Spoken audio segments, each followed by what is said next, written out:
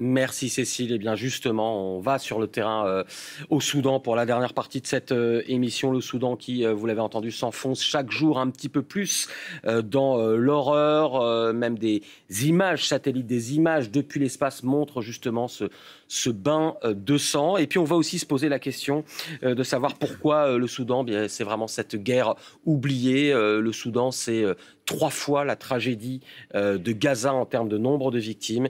Mais c'est bien loin de notre actualité. Et on va vous en parler ce soir sur France Info avec vous, Gérard Vespierre.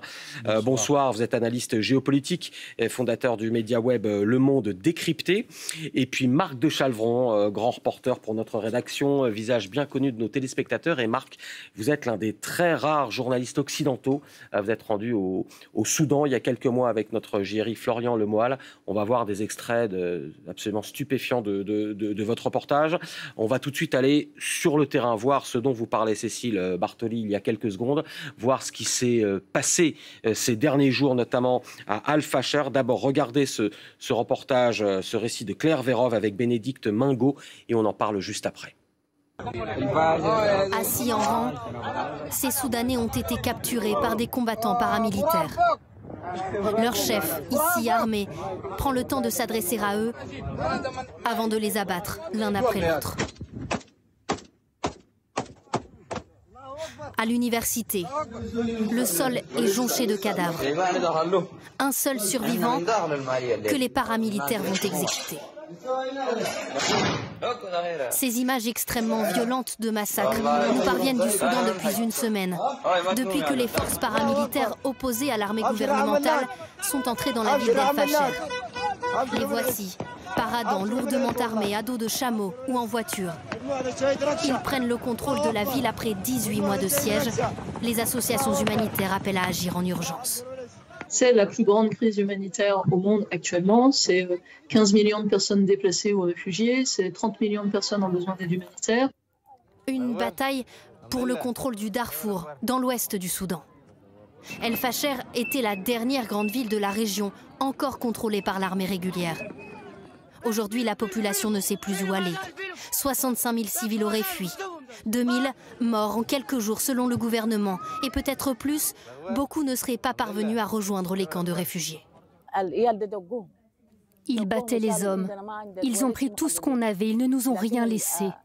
Une fois arrivés ici, on a appris que les filles du groupe avaient été violées.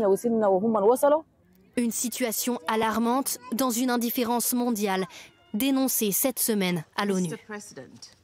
Quelqu'un ici peut-il affirmer qu'on ne savait pas que ça allait arriver ? Nous ne pouvons pas entendre les cris, mais alors que nous sommes assis ici, l'horreur se poursuit. L'ONU réclame des enquêtes rapides et transparentes et dénonce une terrible escalade du conflit. Gérard Vespierre, loin des yeux, loin du cœur, le Soudan, ça fait... Bon alors, j'allais dire, c'est vraiment un pays qui souffre le martyre depuis des décennies. Et depuis 2 ans, donc une guerre, je résume pour nos téléspectateurs, mais après le renversement du dictateur al-Béchir, après une petite transition, après il y a 2 militaires qui ont pris le pouvoir, coup d'État. L'un dépendant de l'autre. Voilà, et puis à partir de 2023, les deux se font la guerre. Hein, il s'agit donc de Hemeti, c'est son surnom, et Al-Bourhan. Ils se font la guerre entre eux, et puis la population est au milieu. Et donc loin des yeux, loin du cœur, pourquoi le Soudan ? On en parle aussi peu. Depuis quelques jours, on en parle. Parce que, disons qu'actuellement, il y a eu une grande concentration d'attention du monde sur le Soudan il y a un certain nombre d'années, quand le monde était en paix. Mais maintenant, je pense qu'avec... C'était le Darfour, c'est toujours le Darfour. Voilà. Mais... Et donc, les grandes... Hollywood s'était ému, un certain nombre de grands acteurs avaient fait des missions sur place, etc. Mais là, maintenant, il y a la Russie, l'Ukraine, il y a Gaza. Donc... le monde a évolué, la planète entière est un peu, je dirais, déséquilibrée. Et là, ce nouveau conflit, n'est plus le seul. Il a été à un moment le seul sur la planète. Là, on est hélas, dans une myriade d'affrontements.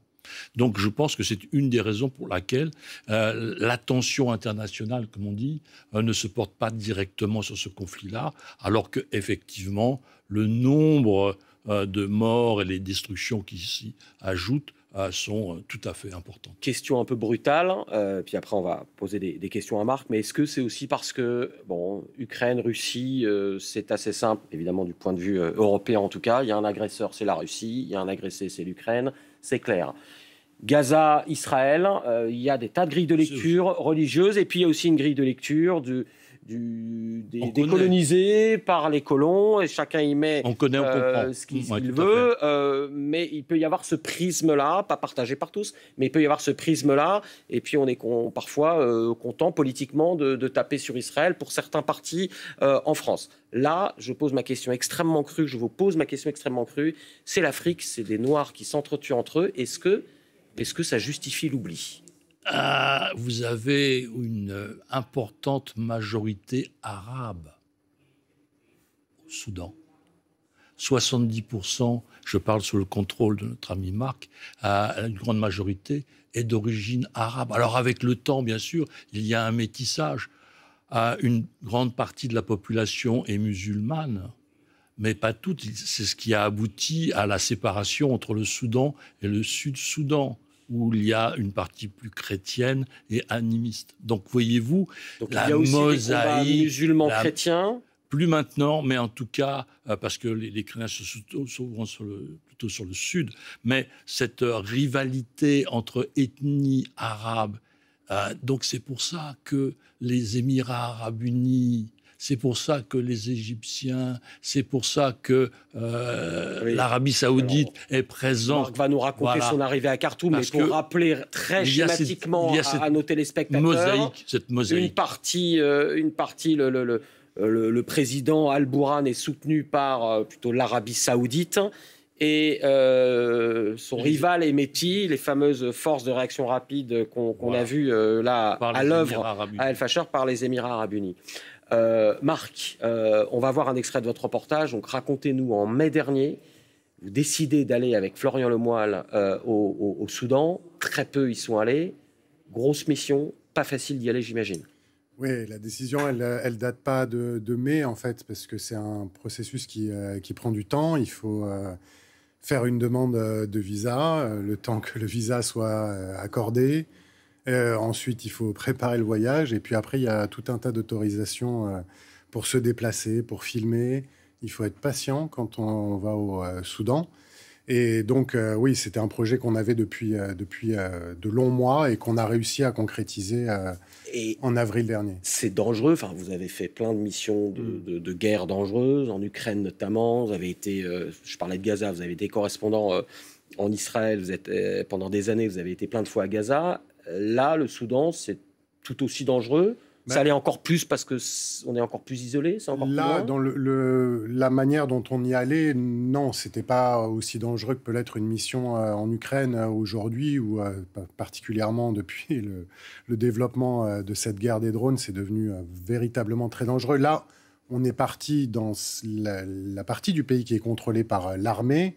On n'était pas très près de la ligne de front. On est allé dans des zones qui étaient anciennement contrôlées par les FSR, donc par les hommes de Hemeti, mais il y avait pas de combat là où nous étions, où on s'est approché, mais à distance, quoi. Donc c'était pas particulièrement dangereux. Par contre, c'était terriblement édifiant sur ce que les Soudanais endurent depuis le début de cette guerre. Eh bien justement, on va voir, Marc, votre arrivée dans Khartoum, capitale dévastée et complètement figée du pays. Ce sont des images hallucinantes, donc ça date de mai dernier. On regarde votre arrivée dans cette capitale et on en parle juste après.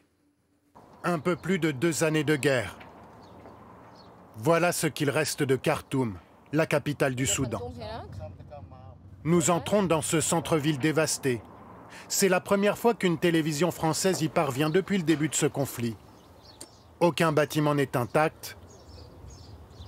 Les rues sont désertées. Sarah Yeba nous sert de guide et d'interprète pendant notre mission. Cette jeune Soudanaise a quitté Khartoum pour s'installer en Égypte au tout début de la guerre. C'est le code grec. C'est le bâtiment de l'Union européenne. C'est là où je travaillais. C'est la première fois qu'elle retourne dans sa ville natale. Ça, c'était une rue tellement remplie qu'il y avait tout le temps des embouteillages. Ça fait vraiment bizarre de voir que c'est vide. Le palais présidentiel a lui aussi été complètement mis à sac.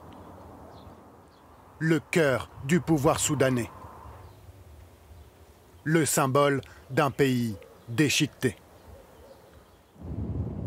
Dans l'enceinte de l'aéroport international de Khartoum, sur la piste, une suite de carcasses d'avions pulvérisées. Devant sa ville défigurée, Sarajevo est submergée par l'émotion. Je pensais que j'allais ressentir rien du tout parce que je suis jour par jour les photos. Et je sais, c'est détruit, je sais, j'ai tout vu. J'ai vu des cadavres, j'ai vu des corps de personnes qui étaient très proches. Je les ai vus remplis de balles. Et je pensais qu'il y avait une partie de mon cœur qui était éteinte. Je pensais même pas que j'allais ressentir quelque chose.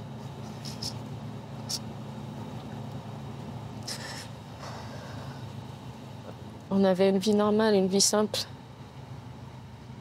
On s'y attendait pas d'avoir une guerre. Peut-être un coup d'État, mais pas une guerre.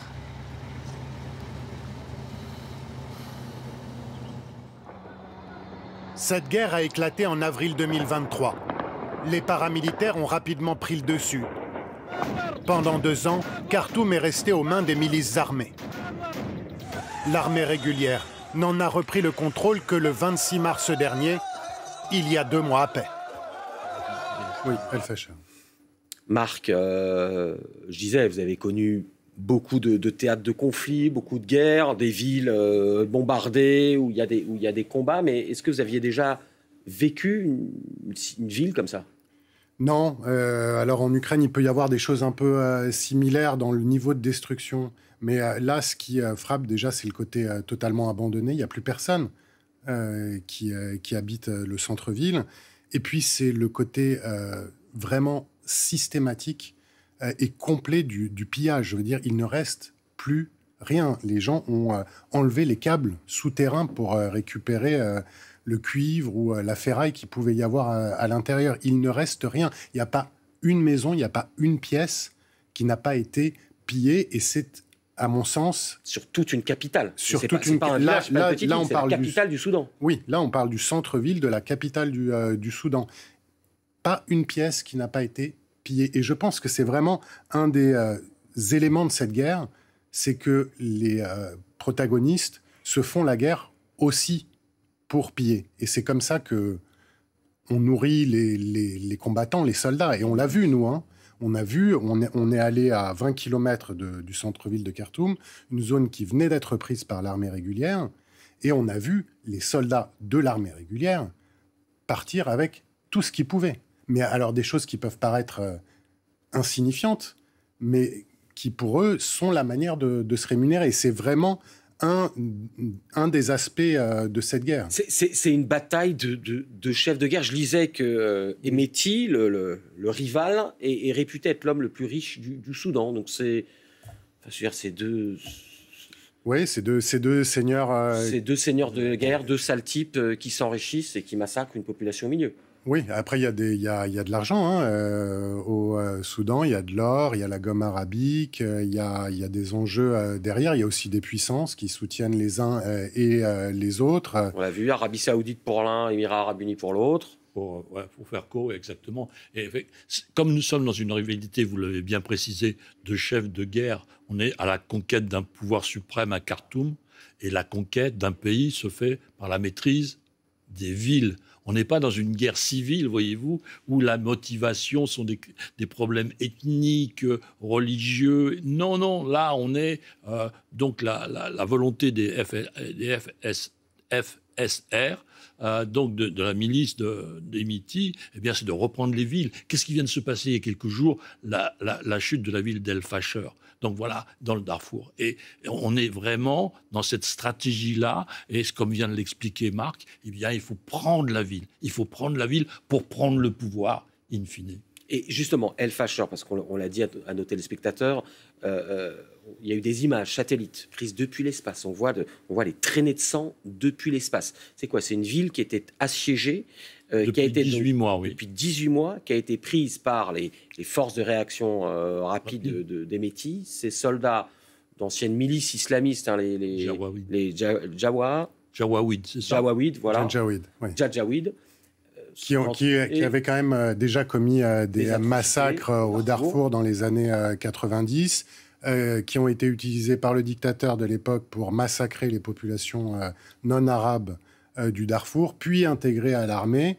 Et en fait, là, ils reviennent en fait à ce qu'ils faisaient à l'origine. Est-ce qu'on a plus d'informations sur le drame qui s'est joué ces derniers jours à El Fasher? Il y a évidemment personne n'a pu y aller.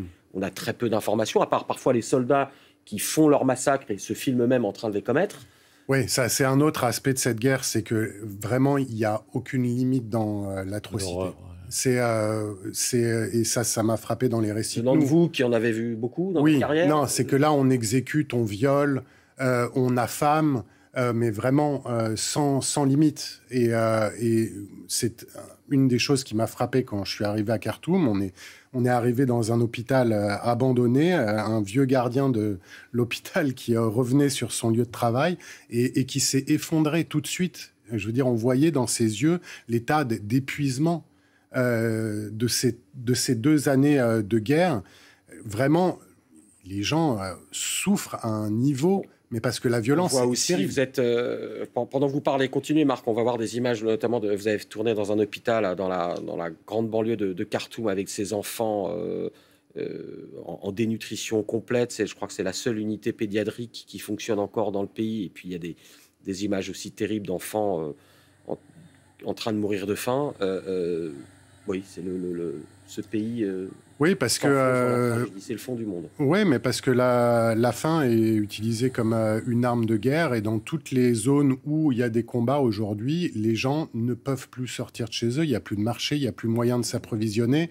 Les quelques organisations de voisinage essentiellement qui essayent de nourrir encore la population et en allant chercher à manger au péril de leur vie, parfois à des dizaines et des dizaines de kilomètres de chez eux, ils se font tirer dessus sciemment par les deux parties. Donc oui, la faim est utilisée comme une arme, notamment par les FSR. Et il y a des régions entières qui connaissent aujourd'hui l'état de famine au Soudan. Et c'est absolument dramatique de voir ça, quoi. C'est terrible. D'où évidemment, c'est là où ils le peuvent, ces camps de réfugiés. Juste, on regarde un court reportage de Frédéric Prabono sur ces réfugiés du Darfour, parce que le Darfour, c'est donc la région à l'ouest du Soudan. On regarde et puis on en parle juste après. C'est la première fois qu'une télévision étrangère entre ici, à Taouila. 570 000 personnes sont réfugiées dans cette zone épargnée des combats. C'est plus que la ville de Lyon. Et d'autres continuent d'arriver, comme cette grand-mère, ici depuis 5 jours, avec sa fille et ses petits-enfants. Le voyage jusqu'ici était tellement difficile. On avait soif, on devait se cacher. Pendant 3 jours, même les enfants n'avaient rien à manger. Comme la plupart des déplacés, ils ont fui El Fasher, capitale du Nord Darfour, à une 60aine de kilomètres lors du siège par les paramilitaires. Il y avait des bombardements, des bombes qui tombaient partout, des obus. Gérard, quand on voit ça, que peut faire la communauté internationale? Alors je précise aussi, parce que dans la page juste avant, on parlait de la France qui est deuxième exportatrice d'armes au monde. Des armes françaises se sont retrouvées au Soudan, mais a priori, ce n'est pas la France qui directement les a vendues aux parties impliquées, c'est passé par les Émirats arabes unis qui donc ensuite les ont refourguées, notamment aux forces des Métis. Il y a des armes britanniques, il y a des armes américaines, il y a des armes russes, enfin voilà, le monde.